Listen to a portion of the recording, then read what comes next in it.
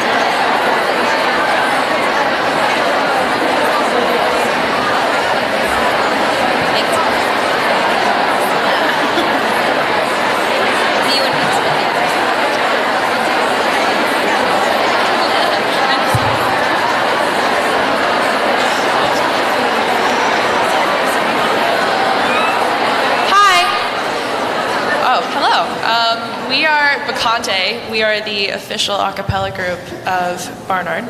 And we're just gonna sing for you a little bit. Hope your first day is going really well.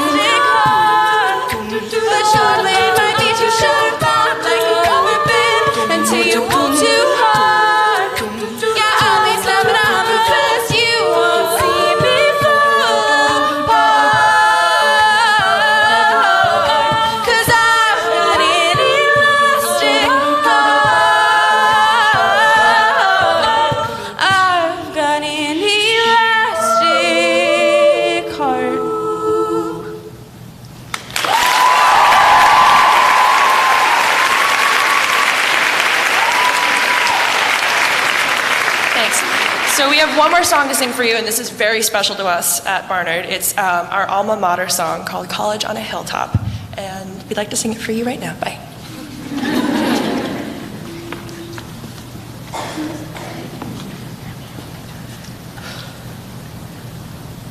There's a college on a hilltop that's very dear to me, and a certain group of students with ties of camaraderie. So we'll sing to dear old Barnard, and loyally and true, as we show to coming classes how we love the white and blue.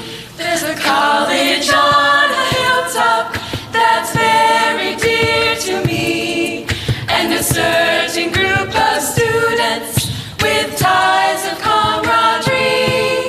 So we'll sing to dear old Barnard,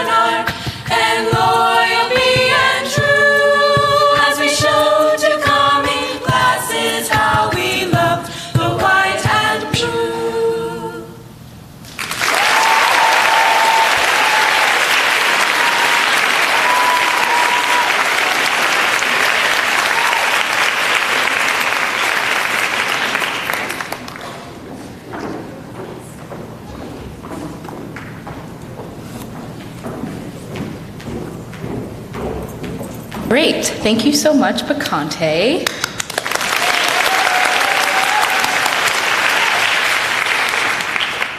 Welcome to college a cappella. That's how it be. Yay! So good evening, President Bylock, Dean Grenage, VP Fondiller, Provost Bell, administrative staff, student leaders, and most importantly, the class of 2023.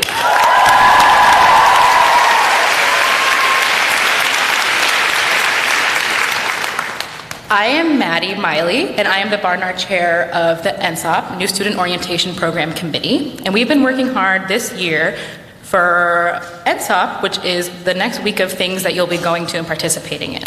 So the Barnard NSOP Committee consists of Brianna, Danny, our other student committee members, and Rebecca and Emmy in the back, and me. We've been working on this all summer. You're welcome.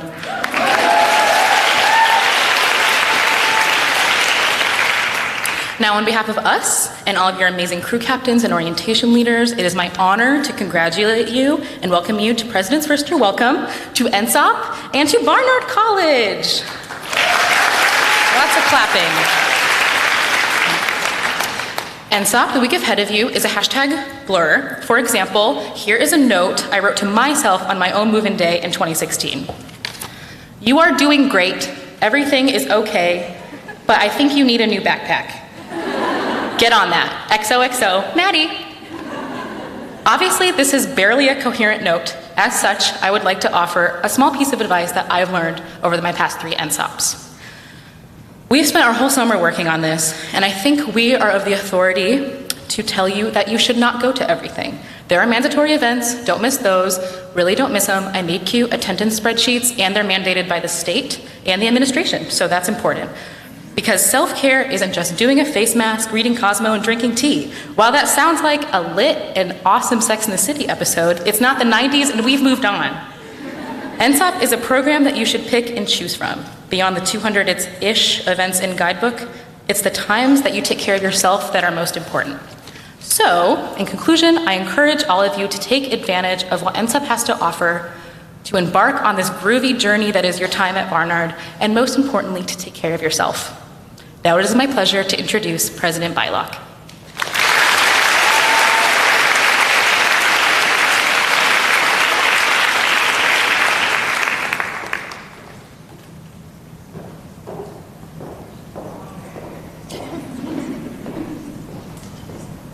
Hello, everyone, and welcome to Barnard.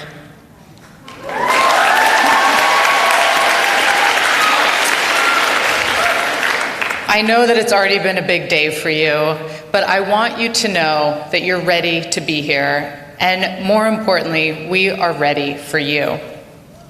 You already know this, but it's really worth repeating. There is absolutely no place like Barnard in the country or in the world. We are a singular combination of a place empowered to help young women pursue their passions, of a world-class faculty who are so dedicated to teaching you. You are going to have a tight-knit community with the best faculty in the world, along with all the academic resources of a large research university. And then, of course, you have each other, an amazing, diverse, smart, curious, bold, and questioning class, and I can't wait for you to learn from each other as well as from the faculty around you. And of course, then you have the best college campus in the world, which is New York City. You put that all together, and you are joining a 130-year legacy of Barnard women. The heart of what Barnard is academic excellence. There's absolutely no other way to describe it. This is a place where you're going to become, to be pushed, to be challenged, to challenge us back. And the end result is learning, is knowledge, is going out, making changes to affect the world. We're so happy to be here with you on this journey. And you might be wondering a little bit about us. So I thought I'd start by telling you how I got here. This is my 3rd year as president of Barnard, and I've been really lucky to be at the helm of this amazing and, as I mentioned, singular institution. And I bring a lot of my work. I'm a cognitive scientist by training, which means I ask questions about what happens in the brain and body when we're stressed out, which I know none of you are right now. I bring a lot of that work to what I do at Barnard. In my research, my goal is to understand why we sometimes have anxiety, why we have self-doubt, and what we can do to ensure that we can put our best foot forward when it matters most. And you might wonder why I'm interested in those subjects, and it comes down to a little bit about exploring myself as well. I grew up in the San Francisco Bay Area. I know we have a lot of Californians out here. And when I got to college, I had no idea what I wanted to do. In fact, my first year I had 6 different majors. I was all over the place, and I really thought I wasn't going to find my place. It was until one day I went to hear a panel actually, by a group of female scientists. And one of the biologists talked about how her entire career was based on failing. Every experiment she did failed. She couldn't really get to the exact next step. And I thought, oh my God, I can have a career failing? That's the most exciting thing ever. That biologist later went on to win a Nobel Prize, so she wasn't doing everything wrong. But what this really tells you, I hope, is that your path, just like mine, will not be linear. That is so important to remember. What you think you might major in now may come to fruition, it may not. What we want to do is ensure that you take risks, that you push yourself outside your comfort zone, that you take a class you might not be totally sure you're going to excel in, that you talk to people who have different perspectives. All of these things are so important to building your knowledge. And I will just go ahead and repeat it because it's worth repeating. The experiences you have here are based on the idea that there is no preordained path to success. That finding great mentors will change your life, and you'll find those mentors both in faculty and staff and even in your peers. That your major does not dictate your career path. Let me say this one more time. Your major does not dictate your career path. Go find things that interest you, that you're excited about, that you're passionate about. We are here to make sure that you take those next steps wherever they may be. The beauty of entering an institution like Barnard is that we're going to equip you across the arts and sciences to learn how to be great writers, which so many of you already are, to deal with data, to question assumptions, to think across historical backgrounds. This is a place that is going to push you in new ways. And following our amazing alums, you're going to become great writers and researchers and scientists. You're going to act and produce, and you certainly will go out and change the world. I also imagine maybe just a few of you are feeling like, oh my gosh, how did I get here? You might be having something we as psychologists talk about as imposter syndrome. This idea that you've tricked everyone into believing you're smart enough to be here, and they're going to find out at some point. I know none of you have that. But I want you to know that you all deserve to be here, that you are all going to find your way to excel, and we're here to help you doing that. Just a couple notes about imposter syndrome, because it's one of the topics I study as a psychologist. The biggest correlate, the biggest thing associated with imposter syndrome is success. People who feel like imposters worry that they're not going to do well, and then they succeed, and then they worry again. So know if you have that, then you're going to succeed. Also know what my mom used to say to me when I complained about feeling like an imposter. She said, well, if you tricked everyone into thinking that you're smart enough to be there, they're probably not that smart either. You are here because we are excited to have a fantastic learning community, and our faculty are here to help you do that. Our faculty are Pulitzer Prize winners. They win multi-million-dollar grants from the National Science Foundation, from the National Institutes of Health, from Mellon and Ford Foundation. And one of the amazing things is that you are going to learn alongside them and teach them as well. You'll also benefit from all the resources that Columbia has to offer. You'll take classes on both sides of the street, and Columbia students will take classes over here. Some of you are playing athletics with Columbia University teams. There are activities and excursions. It's really a fantastic and large, yet contained college community. One other thing I want to mention is that we're really focusing on health and wellness this year. We're going to roll out a new campaign called Feel Well, Do Well, which is designed to make sure that you know about all of the amazing resources on campus. Because how you do in the classroom is not just based on studying hard. It's based on feeling well. It's based on getting off your phone. It's based on having support systems. You'll have so many upper class students to help with that. I'm really excited to talk about that, what it means to sleep well, to eat well, something to think about this week. Our new dining service has partnered with local farms to talk about sustainable food and what it means to eat well. We're really going to be focusing on helping you think about not only how you succeed in the classroom, but how you succeed in life. And finally, two other things to mention that I want you to keep close eye on.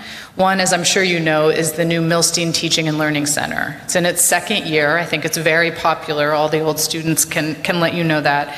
I also understand there's enough outlets in there. That was like the major coup of the Milstein.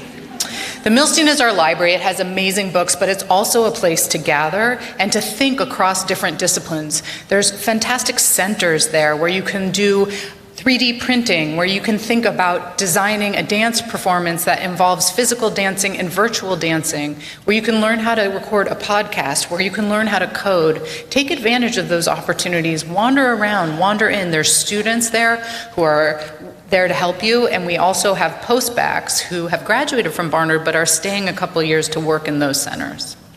The second is a resource that we started last year called Beyond Barnard.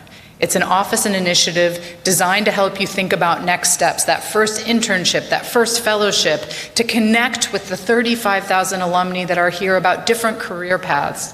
Beyond Barnard is a place to go from day one. Go in there, say hi. They can tell you all about the opportunities that you might experience off campus. So, as you can see, there's a lot going on. We're really excited to have you.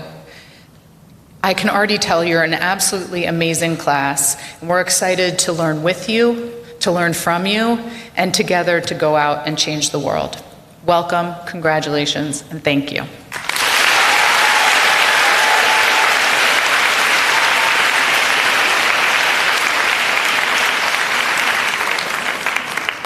Thank you so much, President Bylock. I am now so pleased to welcome the Dean of the College, Leslie Grenage.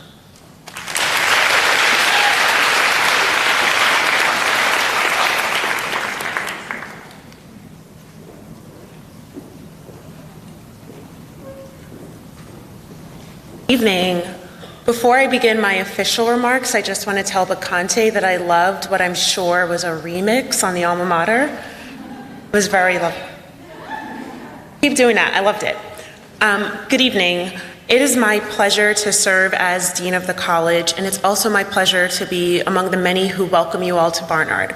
As many of you already know, like you, I'm new to the college. I started just a few weeks ago, actually on August 1st. I'm so delighted to begin my Barnard journey alongside yours, and I look forward to getting to know all of you as this semester gets underway. President Bylock has already told you what makes Barnard a singular institution. Provost Bell, who you'll hear from in just a second, will talk to you about what you might expect from your academic journey, and Vice President Von Diller will share many of your individual and collective accomplishments. Undoubtedly, you will discover all of this for yourself in the years ahead. I want to spend my time with you this evening speaking briefly about the power of language.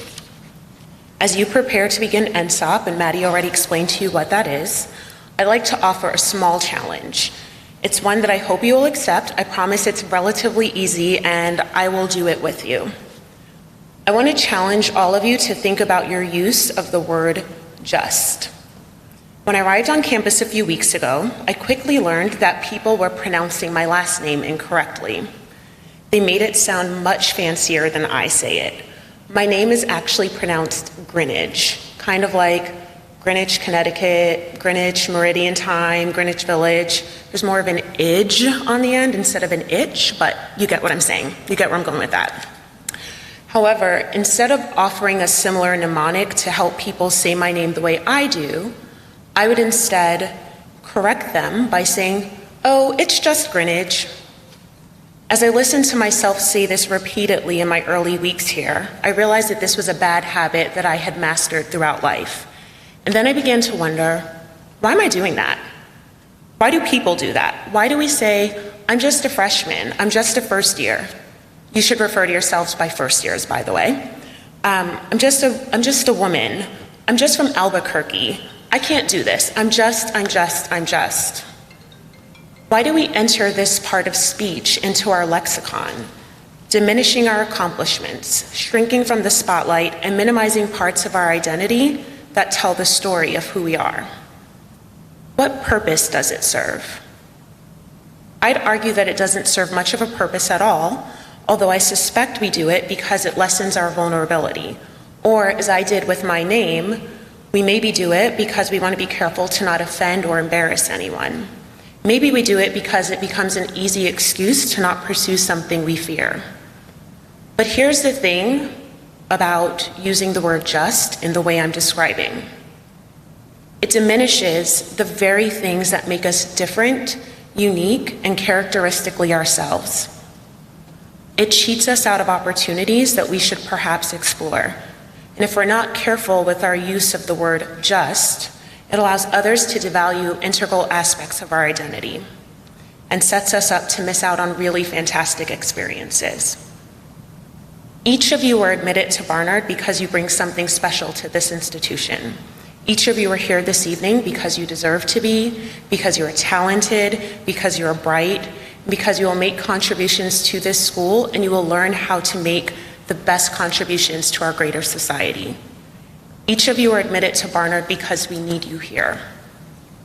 As you begin your Barnard journey, I want to remind you that everything you do makes you valuable. Everything that you are, everything that makes you who you are, anything. You are uniquely you.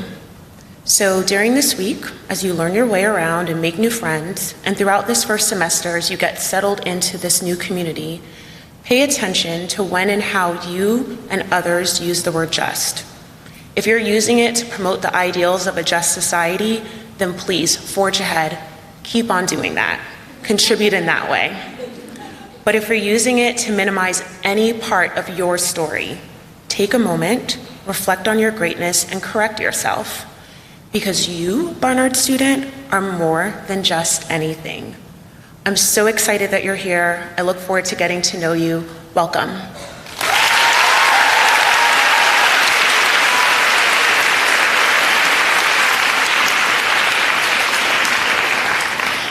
Thank you so much, Dean Greenwich. What a mess. Okay, now I am pleased to welcome Provost Linda Bell to the stage.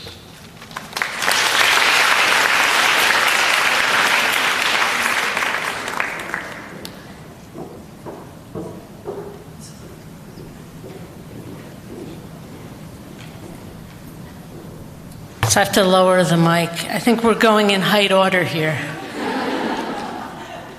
Is that right, Jennifer? Anyway, first let me just start by offering a really warm welcome to everybody here. It's an incredibly exciting moment to start your college career. And think about it and take it all in and enjoy it. And try not to be sad that you're not with your parents right now. They're with you in spirit, I can tell you from firsthand. So, now probably none of you in this room know very much about what a provost does. I venture to say that nobody grew up wanting to be a provost. So let me tell you a little bit about my role and also a little bit about myself at the college, and I truly hope that I have many opportunities to interact with all of you and you get to know me and what a provost does better by the end of your 4 years. So the provost is the person at the college who's responsible for the academic programs, including oversight of the curriculum, the foundation's curriculum, which I'm going to have the opportunity to tell you all about tomorrow. The content of your courses, the rigor of your courses, the hiring and the promotion of our faculty, and our academic connections with Columbia University and the various programs that we're able to establish there, and also our libraries and our centers. And about me, well, I've been a professor for most of my career. I'm a labor economist who specializes in applied labor market analyses. Of late, most of my research has been on kind of wage differences, but I've also done work on employment and labor market structures And in particular, of late, I've been very interested in this issue of gender pay disparity and trying to explain it in various ways. I've been a professor at various institutions, 5 to date, and I can tell you, based on that, 5 really good places that you've made the right decision in coming to Barnard. Barnard is really an exceptional place. So now for many of you, most of you, I would venture to say, this was your path. You had 4 grueling years of high school, countless hours spent studying for SATs or ACTs, hundreds of hours on the websites of colleges, reviewing facts and figures, maybe tens of campus visits, maybe completing a dozen or more college applications. And now, here you are on Barnard's campus in this amazing city of New York, starting your college careers. And I said for many of you, because for some of you, you probably said, I want to go to Barnard. And you didn't have to go through that process, but it's all a learning. This community, this Barnard community, is filled with remarkable and talented students who are the flavor and spice and really the definition of what Barnard is. And this community, our Barnard community, is filled with brilliant, committed faculty who will dedicate themselves to your learning. And this community, this collective community, is full of staff and administrators who really are here to enable your success. So today, as you sit here, your time at Barnard ahead seems no doubt very vast. 4 years, most of you are 18, constitutes almost 25% of your life thus far.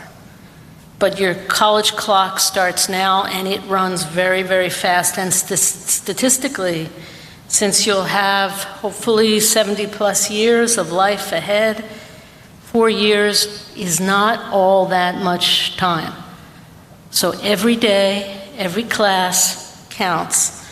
Make the most of your time at Barnard. This is your moment to discover your intellectual passions. Avail yourself of your professors, of your deans, and equally importantly, as President Bylock said, of the friends in front of you and behind you and alongside you who will really constitute the peer group that will push you ahead in your life, not just your 4 years at Barnard, but in your life. And as you know, some of you may know what you want to study and what you imagine for the career ahead, and if you do, move ahead with it with determination and gusto. And if you don't know what you want to study, you're in the perfect place to explore. Let scholarly passions guide you and open you to multiple paths. One thing I can assure you, your faculty, the renowned scholars and dedicated teachers that President Bylock also mentioned, they're devoted to enlightening you with knowledge and ideas.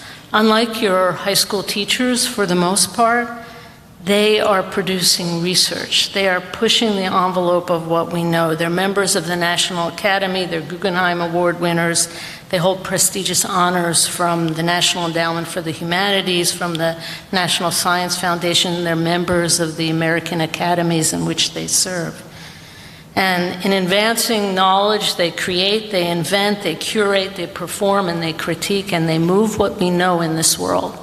And it's very powerful to have the opportunity to be so close to them, to work with them not just in the classrooms but outside, to have the opportunity to do research with them, pursue that. And through their reputation and close mentorship, through the supportive work of our dedicated staff, and by virtue of having made the decision to join Barnard, you've inherited a bedrock on which to shine. Be receptive, work hard, have fun, change direction as much as you want. Grow, make friends, discover your passions. Take full advantage of the institution and what it has to offer. Be prepared for bumps. When you fall, get yourself up. Be prepared for another bump. It's called life. So you're our future leaders. And it's our commitment to educating you and a belief in what you can and will achieve that really makes us Barnard and that makes our mission complete. I so look forward to seeing the progress you make, to watching you today, and then to seeing you 4 years from now at graduation. The same person, steady, but somehow changed. I welcome you really sincerely, and I hope this is a wonderful journey for you. Thank you all.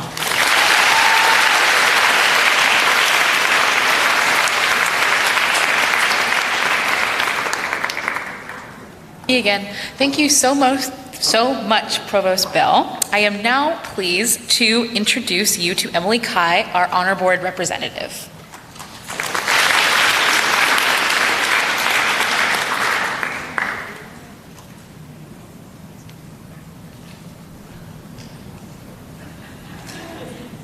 Welcome, class of 2023. I am one of the chairs of the Honor Board, and I'm here to help all of you recite Barnard's Honor Code. So please repeat the words as I say them. We, the students of Barnard College, resolve to uphold the honor of the college, by engaging with integrity in all of our academic pursuits.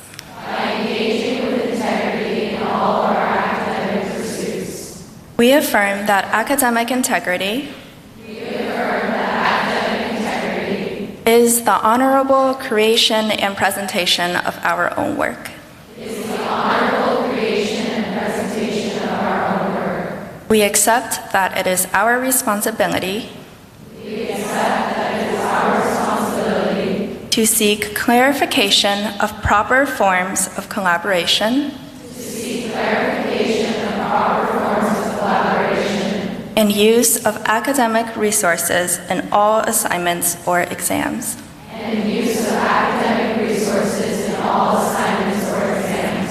We consider academic integrity to include the proper use and care for all print, electronic, or other academic resources.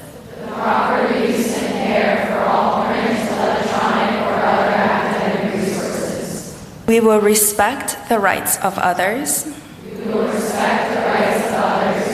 To engage in pursuit of learning. In order to uphold our commitment to honor. We pledge to do all that is in our power. To create a spirit of honesty and honor for its own sake.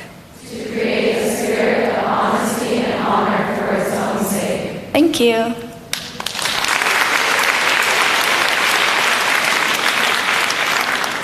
Thank you so much, Emily. And now I am so happy to introduce alum and VP of the college, Jennifer Fondiller, class of 1986.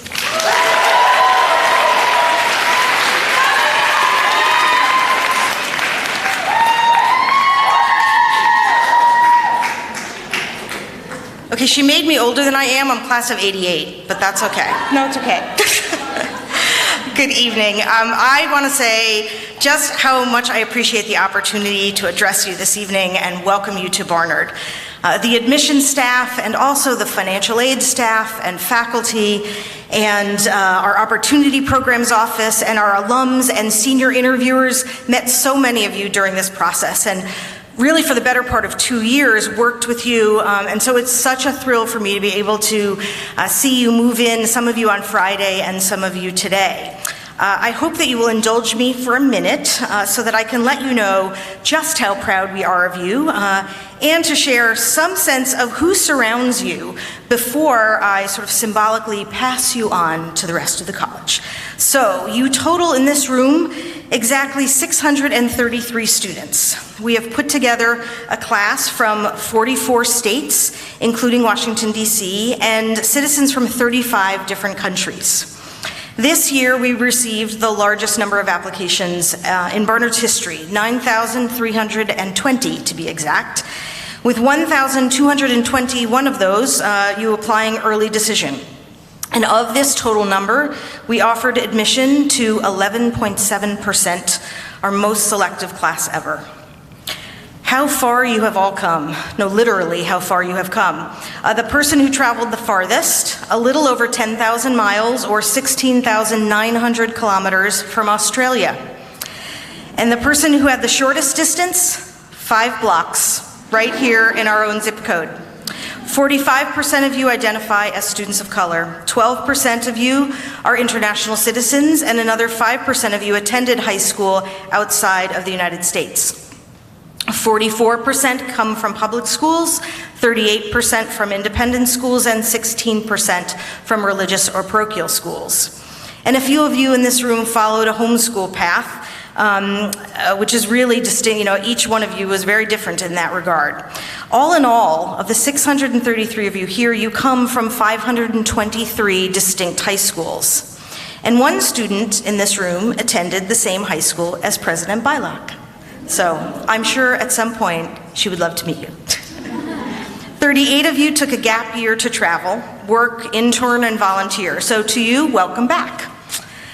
47 of you were editors of your newspaper, yearbook, literary magazine, and other publications. 43 of you have spent some time at Barnard already in our pre-college program.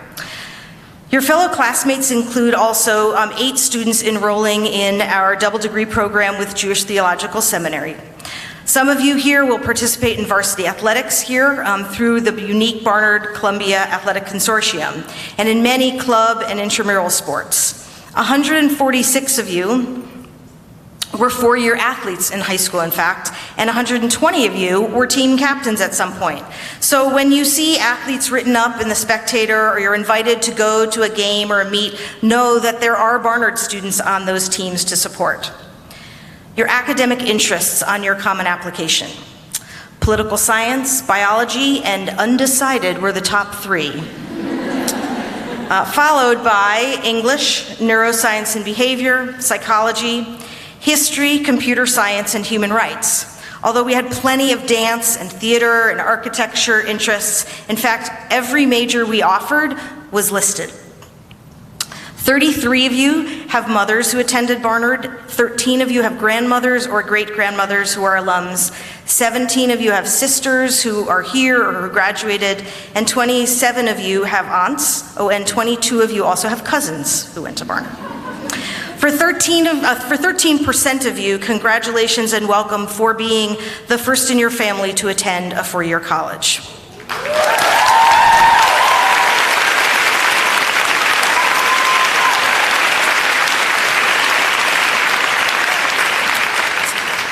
Okay, the most common name in the class. This one threw me this year. The most common name of the class is Grace.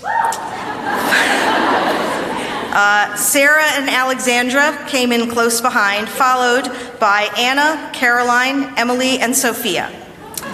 But for 451 of you, there will be no confusion because you are the only one with your name in the class. Today is a very special day for one of you, so happy birthday to Lucia or Lucia, however you pronounce it.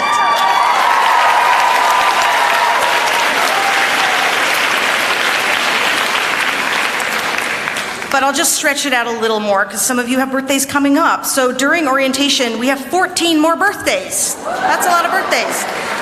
So an additional shout out to Sarah, Hui Ping, Emma, Christine, Gloria, Jackie, Ingrid, Helen, Tien, Michelle, Susan, Vivian, Sophie, and Rachel.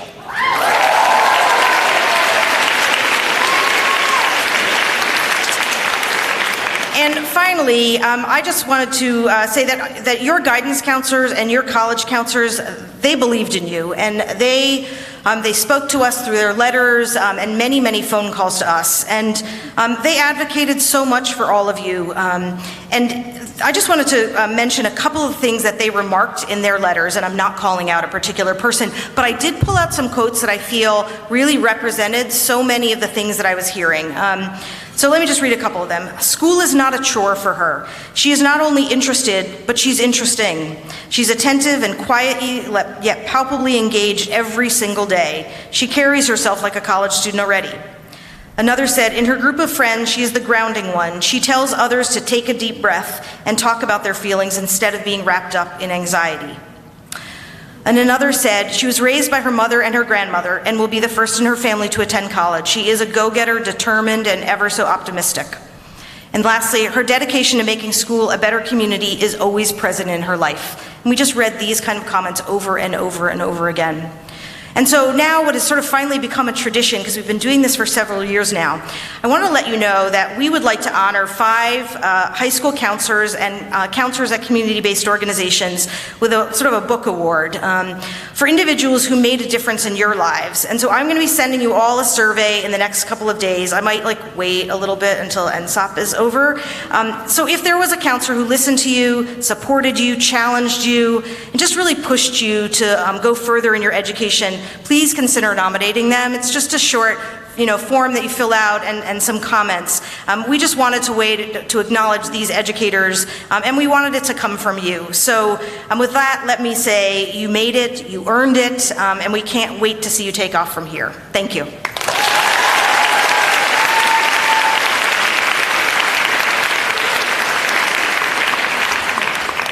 Thank you so much, VP Von Diller.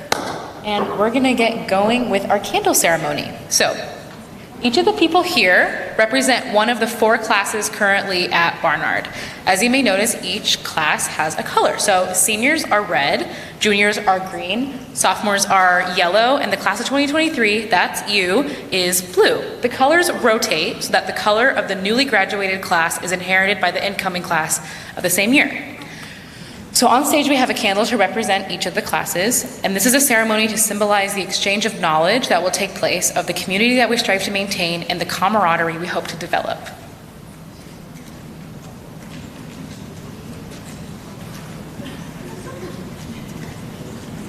So, as seniors, we wrap up our Barnard academic careers and look forward to the world that awaits us.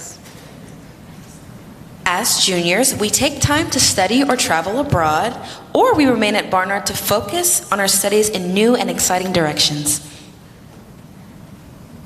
As sophomores, we decide which major or majors we wish to pursue. And as first years, you will explore all of the options that are open to you, including classes, activities, and student clubs. So you'll notice that underneath your chair is a candle, so if you want to grab that now without turning it on. Don't turn it on yet. Please take a moment to reflect on how you hope to experience Barnard and the traditions we all hold so dear. You may all light your candles at this time. I hope that tonight you were able to get a glimpse of the community around you here at the Nard. On the count of 3, please turn off your candles. 1, 2, 3. We get the lights. Again, welcome to Barnard. We now invite you back to campus for our first year barbecue. Yay! You can take your candles.